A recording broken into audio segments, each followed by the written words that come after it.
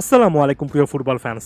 Team আর্জেন্টিনার latest update সম্পর্কে একটু আলোচনা করতে চাই। আপনারা নিশ্চয়ই জানেন যে কোপা আমেরিকার আগে গুয়েতামালার বিপক্ষে আর্জেন্টিনার আরও একটা ফ্রেন্ডলি ম্যাচ রয়েছে, যেটা বাংলাদেশ টাইম অনুযায়ী এই শনিবার ভোর 6টা থেকে শুরু হবে এবং যুক্তরাষ্ট্রের টাইমিং যদি বলি তাহলে সেটা একটা ফ্রাইডে নাইট ম্যাচ, অর্থাৎ শুক্রবারের খেলা। এর আগে প্রথম ফ্রেন্ডলিটা অর্থাৎ ইকুয়েডরের বিপক্ষে ম্যাচটার পরে লিওনেল স্কালোনি স্পষ্টত জানিয়েছেন তিনি কোপা আমেরিকার ফাইনাল স্কোয়াডটা ঘোষণা করবেন মূলত গুয়েতামালার বিপক্ষে ম্যাচটার পরে।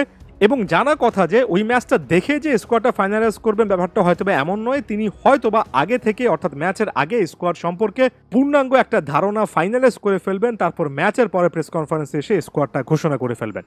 কোপা আমেরিকার স্কোয়াডটাই তাই এখন মূল আলোচ্য বিষয় এবং এখানে সবচেয়ে লেটেস্ট আপডেট হচ্ছে জার্মান পেসজেলা আস্তে আস্তে ইনজুরি থেকে ফিরছেন এবং বেশ ভালোভাবে ট্রেনিংগুলো কমপ্লিট করেছেন এবং এটা যদি কন্টিনিউড হয় তাহলে আমরা অনেকে না চাইলেও শেষ পর্যন্ত পেসজেলা স্কোয়াডের সঙ্গে থাকবেন। অন্যদিকে গিদো রদ্রিগেজও শারীরিক অস্বস্তি জ্বর এগুলো কাটিয়ে ফিট হয়ে উঠছেন এবং গিদো রদ্রিগেজের ক্ষেত্রে একই রকমের কথা প্রযোজ্য হতে পারে।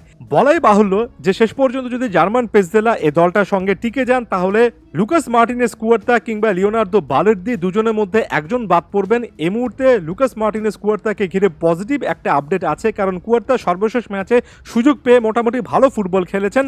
এমনকি টিওয়াইসি স্পোর্টসের দাবি সর্বশেষ ম্যাচে পারফরমেন্সের মাধ্যমে কুয়ার্তা এবং আনহেল কোরিয়া অন্তত ফিটনেসের জায়গা থেকে ভালো একটা অবস্থায় আছেন, এই জিনিসটা দেখিয়েছেন। তাই শুধুমাত্র লুকাস মার্টিনেজ কুয়ার্তা নয়, একই সঙ্গে আনহেল কোরিয়ারও ক্ষেত্রে হয়তোবা লিওনেল স্কালোনি শেষ পর্যন্ত অভিজ্ঞতাকে দাম দেবেন, অর্থাৎ এই জায়গা থেকে লিওনার্দো বালের্দি এবং শেষ পর্যন্ত ভ্যালেন্তিন কার্বনি নয় বরং আনহেল কোরিয়ায় এই স্কোয়াডে ঢুকে যেতে পারেন।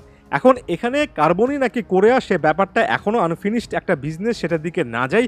তবে একটা জায়গায় আসলে এই জিনিসটা কিছুটা হলে স্কালোনির সঙ্গে দ্বিমত প্রকাশ করে বলছি যে আমার কাছে মনে হয় এই স্কোয়াডের সঙ্গে বালের দিকে বেশি দরকার ছিল।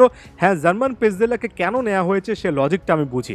দেখুন, কোচের সঙ্গে কিন্তু এখানে খুব একটা বেশি অ্যাগ্রি করছি না, তারপরও আসলে ব্যাপারটা কিভাবে ব্যাখ্যা করছি সে অ্যাঙ্গেলটা বোঝা দরকার এবং ব্যাখ্যা করতে গিয়ে প্রথমে এই জিনিসটা অ্যাকনলেজ করা উচিত যে কেন পেসজেলার মতো একজন ফুটবলার বা একজন সেন্টার ব্যাককে লিওনেল স্কালোনি চান।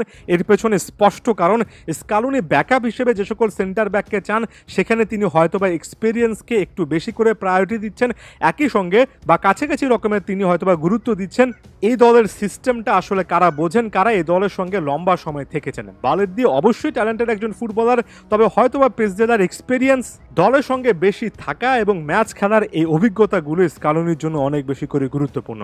এরপর আমি আমার মতামত দিচ্ছি। আমার কাছে মনে হয় পেসজেলার ক্ষেত্রে যে জিনিসটা অনেক বেশি করে নেগেটিভ, পেসজেলা অনেক সময় ভুল করে বসে থাকেন, যেমন আমরা নেদারল্যান্ডসের বিপক্ষে ম্যাচও দেখেছি। বিশ্বকাপের কোয়ার্টার ফাইনালে জার্মান পেসজেলা শেষের দিকে এসে আর্জেন্টিনা যে গোল খেয়ে বসেছিল সেখানে অহেতুক একটা ফাউল করেছিলেন। পেসজেলার এই টাইপের এররগুলো আমার অনেক চোখে পড়েছে, এর আগেও চোখে পড়েছে। এর পাশাপাশি খুব ফাস্ট কোনো ডিফেন্ডার নন, অর্থাৎ যথেষ্ট স্লোনেস আছে, এই জিনিসগুলো আমার কাছে ভালো লাগে না। তবে ব্যাপারটাকে আমি আসলে একেবারে ভালো লাগা খারাপ লাগা আবেগের জায়গা থেকে না দেখে যুক্তি দিয়ে দেখার চেষ্টা করছি, আর সে কারণে বলছি যে স্কালোনির জন্য হয়তোবা এক্সপিরিয়েন্সটা অনেক বেশি করে ম্যাটার করে। তবে ব্যক্তিগতভাবে আমি বালের দিকে এই স্কোয়াডটার সঙ্গে আসলে দেখতে যাচ্ছিলাম সত্যিকার অর্থে দুর্দান্ত একটা ফর্মে আছেন। এই জায়গাতে এসে লিসান্দ্রো মার্টিনেজের প্রসঙ্গটা টেনে আনবো। মার্টিনেজ সত্যিকার অর্থে অনেক বেশি করে ক্রুশাল হবেন, কারণ আর্জেন্টিনা যদি ওটামেন্ডি এবং রোমেরোকে দিয়ে আসলে ম্যাচটা শুরু করে, আপনার যদি পরবর্তী চয়েস সেন্টার ব্যাক পজিশনে যেতে হয়, এমনকি ফার্স্ট চয়েসেও যদি আসলে ওটামেন্ডির জায়গায় কাউকে রাখতে হয়, এই মুহূর্তে লিসান্দ্রো মার্টিনেজ খুবই খুবই ভালো একটা অপশান। লিসান্দ্রো সেটা কিন্তু সর্বশেষ ম্যাচের পারফরমেন্সও দেখিয়েছেন।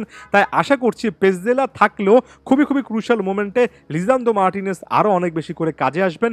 পেসজেলা হয়তোবা সীমিত সময়ের একটা ব্যাকআপ হিসেবেই থাকবেন। ব্যাপারগুলোকে আপনারা কিভাবে দেখছেন অবশ্যই কমেন্ট করে জানাবেন। ধন্যবাদ সবাইকে।